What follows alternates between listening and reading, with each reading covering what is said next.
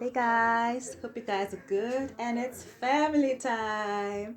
So, every Sunday, like every second Sunday, I'm thinking to show you guys what I'm going to be cooking and what I'll be making.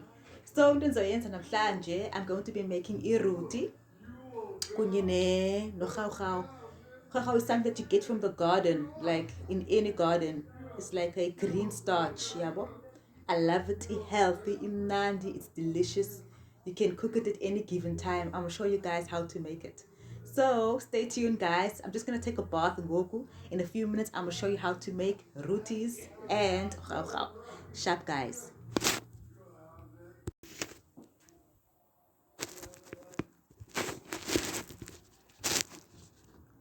So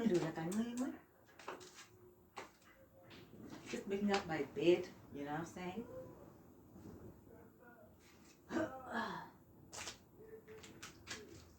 Yeah.